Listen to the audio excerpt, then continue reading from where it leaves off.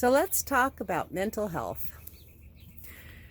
Pastor Sarah authored an article for the March Glad Tider about the hungry caterpillar.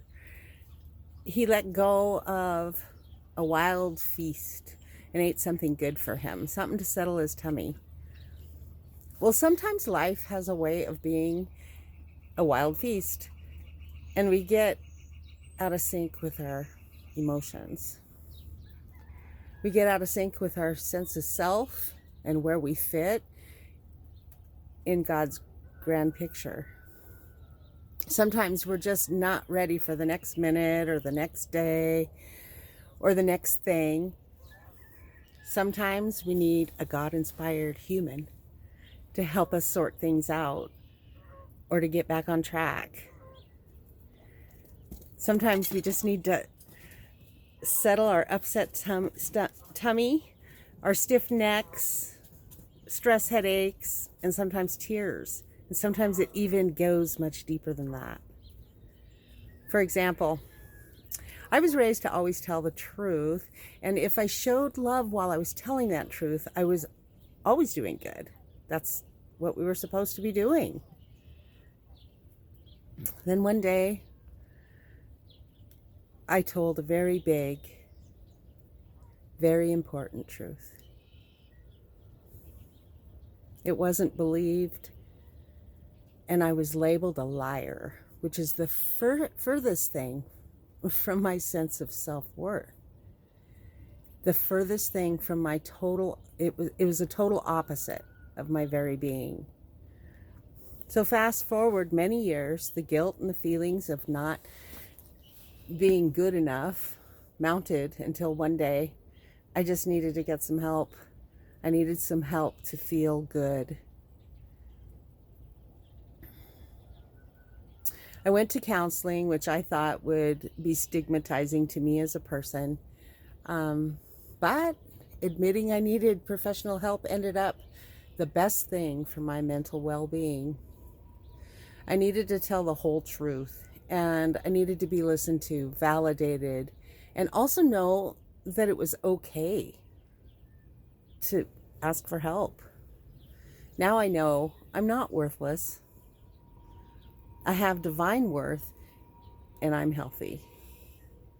And I know how to remain healthy.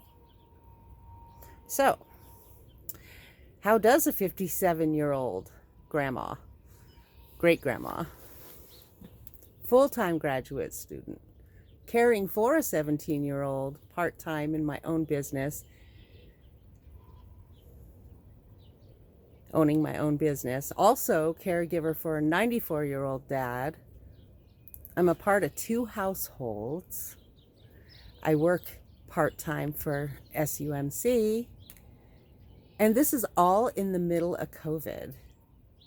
How do I keep it together? When would I even have time to keep it together or ask for help? I make the time. I won't be very effective at any of those jobs if I don't stay mentally well. So I practice self-care. Sometimes I go to the hot springs and I soak in a hot tub. Sometimes I just have a pajama day and I just hang out in my pajamas. I often get outside no matter the weather, even if it's only for 5 minutes. And I talk to someone who will listen. Sometimes it's family or a friend. Sometimes I talk with a pastor, even Pastor Sarah. And sometimes I talk to a counselor. I'm worth it, and so are you. You have divine worth just like I do. Use your God-inspired resources.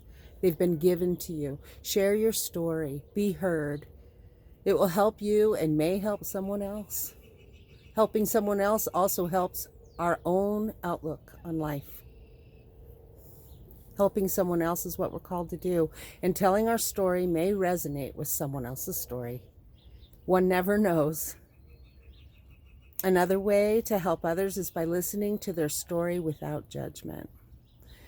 Be reflective, but do not give advice. Show empathy, not sympathy, and show them how to find professional help if they need it. Encourage them to talk to a pastor or a counselor. Offer to go with them and wait for them outside. Help them to realize that their own divine worth. The only stigma is the stigma of not acknowledging our position, our need, and our abilities. The stigma lies in the secrets. We are called to be honest and helpful. Telling our stories is owning the honesty for ourselves and providing help to others.